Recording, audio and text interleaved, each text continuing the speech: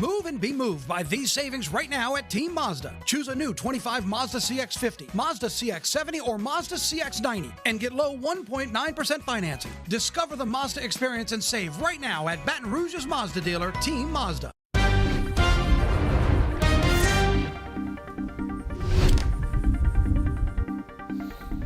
Hey, welcome to it, everybody. As Johnny makes his way over to the desk, we're going to get to the chat in here in a second. I want to let you know we are following from EMS right now a shooting in Baton Rouge. Yeah, we've contacted them earlier on when we had heard some reports about a shooting. We're told that this happened somewhere along Taft Street in Baton Rouge. We're told one victim, was taken to a local hospital. We've also reached out to Baton Rouge Police, who was at the scene as well. We'll let you know when we get new details about this shooting. Yeah, all right. So there you go, the Tuesday. I know. Too much. Speaking of too much, I mean, look, there's a lot of red going on. I mean, from the newsroom to the studio, there's a whole lot of red going on. Except, obviously, that means one thing. We built a new studio. When I looked at the TV this morning, I'm like, what's the deal? It is a lot of red. The whole thing is to, make sure. Did you order that code red? Yeah, right. Oh, well, here's the thing. You better believe it. You can't handle the truth. We need the truth. You know what we were talking about earlier, and a little bit of that, that little PTSD kind of kicks in. This is for anybody and everybody. I mean, there's crazy weather goes for the rest of their lives. I start to kind of vibrate at a different level. And my wife's like, hey, stop. You moved out for 6 months. Yeah. 10 months. And so, it was a lot for a lot. But look, that's not what we're saying this is, but you pay attention to it, obviously. You do, and the potential for very heavy rain is going to be there. All the models, they disagree on the little, entrance, the little details, but they're all saying there's going to be a 10 to 12 inch bullseye somewhere in the viewing area. Now, it's hard to pinpoint, but that means someone's going to get it, so we all need to be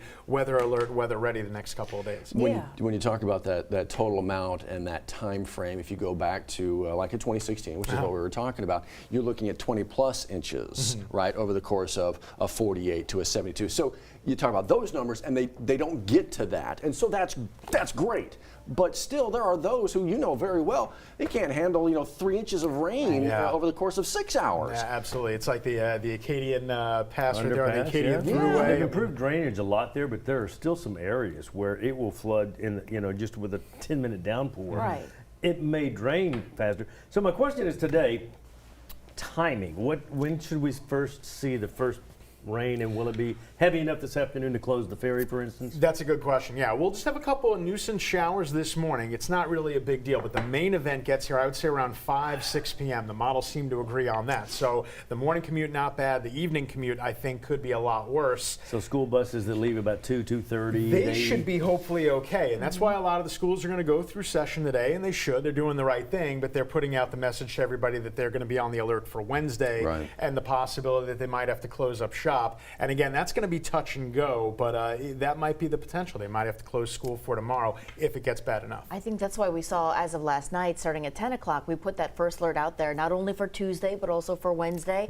And I think it's important to let people know, too, when we talk about this first alert weather day and the inches of rain and the rain total estimates right now, it's going to be dependent on your area, right? Not everyone is going to see all of that, but I think when you get to see some of these forecasts and you see what's posted on social media and then what people regurgitate from there, you really need to pay attention to our officials, our people, our experts, seeing what is legitimate, what we're seeing, and what could change in the next 48 hours, too. Right. And we're not trying to overhype anything, not trying to ring any alarm bells, because a lot of folks do have PTSD. I'm even one of them when it comes to rain. So, but we're just going to tell you that the potential is there. It certainly is. And the thing that's not good about this, usually we get severe weather. It's about a 6-hour window. It's here, it's gone, it's done. This is pesky. This is through Thursday, so we're not out of the woods till Thursday, but we do think that tonight into tomorrow morning should be the worst of it. It's the name of the game. Let's get through that, and then hopefully things will trend in a better direction. And Matt, you were talking about sandbags too earlier this morning. We've got a couple. We got EBR in West Baton Rouge with locations already, and then other area parishes kind of follow suit with that, especially if particularly, and I had a question about this, that line tracks a little further south. Livingston, Ascension Parish, are they going to start to get popped? Ascension, certainly. When do they come out with the sandbags? But I wanted to ask you, Jared, when we talk about future casting, and we see, for example, the graph and the HRRR representing different places. What does that tell you about the system? At some point, the focal point should shift south of the I-10 corridor, but they disagree on when that's going to happen, and that's going to affect rain totals. The problem here is we have all the wrong ingredients. Tons of moisture, very slow-moving system, and slow-moving storms that can build one behind the other. So wherever that line sets up, that's the area that gets inundated. But to answer your question, I think at some point the focal point will shift to the south, but right now it actually looks like the I-10 corridor might get hit harder. And that's the majority, that's our viewing area, that's the heavy population centers too. Right, and that's where a lot of people, even out of the state, are coming in and traveling through to get to where they need to go. At this point of the day, the morning, as people are kind of heading out the door, what is the indication for this evening? Should I try to get home early? What should I be doing this morning? I mean, if you can get home at or before 5 p.m., that would be ideal. Once we get to about 6 or 7 p.m., we expect the radar to deteriorate and the roads are going to start getting bad in a hurry. So I would say the earlier the better is the answer to that. That's a very good question, though, Liz. Thank you for that. And yeah, that's good advice. Really, the earlier the better. That's why, for the most part, I think school today, I think they're going to be okay. So I think school being in session is okay because, again, most of them get out around 3, and by 4 p.m., a lot of them are out too. And I don't expect the radar to get bad until after that point. We're at 66 degrees right now. We are relatively quiet right now, but that's what we expected for the morning for Tuesday. We've got the flood watch that goes into effect beginning this evening. So it goes from Tuesday evening to Thursday evening. So that's going to be a 48-hour threat window. We're not seeing that much in a live local radar now, but already we're seeing a couple of strong thunderstorms, a big cluster of wet weather across Texas, and more of that's going to develop, more of it's going to fill in, and we're not seeing much here. Again, just these couple of little showers, nuisance showers passing by over the next couple of hours, but the radar right now does not look very threatening. How long is it going to stay that way? We go to the graph model, and I'll say this, the graph, this doesn't necessarily mean it's right or it's wrong, but I like it when a model is very consistent and it doesn't keep changing, and that's what I like about the graph. The graph's been very consistent. It keeps saying right around 6 p.m. It was saying the same thing yesterday. That's when the heavy rain gets here. This is 8 p.m. and we see pockets of heavy rain. And then watch as we get after midnight. It's going to shift the focus south of I-10. See that? And then according to the graph, this would be great for Baton Rouge, but again, I don't know if this is the way it's going to go down. Look at Baton Rouge as we go through the clock on Wednesday. Doesn't really show, matter of fact, even shows the sun coming out. It shows south of the I-10 corridor getting hit hard. Now let's go to the HRRR. This one has been the real bull. This has been the aggressive one. Now the HRRR agrees with the graph that this cluster of storms gets in here right around 5:30, 6 p.m. That's when the fireworks start and then the heavy rain comes with it. So at this point, the models are in total agreement. Here's where they start to diverge a little bit. This is Wednesday at 2:30 in the morning. And notice, yes, it is shifting the focal point, but it's got a branch up to the north too. And then it just pumps out this general mess. The radar almost never looks like this. So I wonder if the HRRR is getting some feedback issues. The one thing the HRRR does say is by the time we get to Wednesday afternoon, Wednesday evening, everything drops to the south, falls apart, and it starts to wind down. The interesting thing is it still tells us that Baton Rouge is going to have about 3 or 4 inches of rain. You wouldn't think so looking at what the future radar just showed. And if that weren't enough, we've got a level 2 severe threat. That's tonight going into tomorrow morning. I don't think that we have to worry about tornadic activity, but it's not a zero threat, so I do have to give it a mention. But flooding is obviously going to be the main thing, the main concern. That's level 3 moderate, and that's what you're looking at here. So again, this is level 3 for excessive rain, heavy rain only. This says nothing about any kind of other severe weather. Same thing here. This is yellow for also the flood outlook going into Wednesday into Thursday. So the main thing here, heavy rain, the possibility of flooding, 4 to 8 inches is going to be very common. In fact, across this entire WPC map, that's basically what you're looking at here,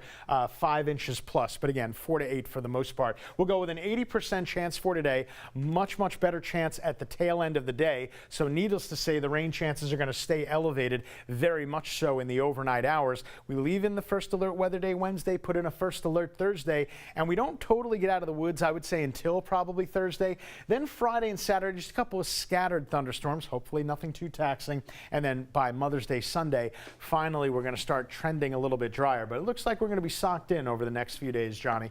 And that could cause problems with the ferry boat operation. That could cause problems with traffic crossing Lake Pontchartrain's Causeway in the New Orleans area. Sometimes they will block that off or restrict travel for a little while if it gets really, really bad. Just expect that. Right now, a normal morning drive. Normal is heavy traffic coming out of Denham right before Jubin and then right past Range. There's our I-12 range camera. Here's the Jubin shot. So when you get on the interstate in Jubin, that's where you're going to start seeing some brake lights. By the time you get to the Amy River Bridge, you're fine all the way to the 1012. Then it slows down again past the 1012 all the way to the downtown area. Slowest between College and the City Park Lakes. It's called 9 News Now. We do it every morning at 7, 3:30 in the afternoon, and then again 9 at night. Give you a little brief shot of the most important things you need to know. And today, of course, it's weather, all with just one commercial break. We thank our sponsor. Watch this.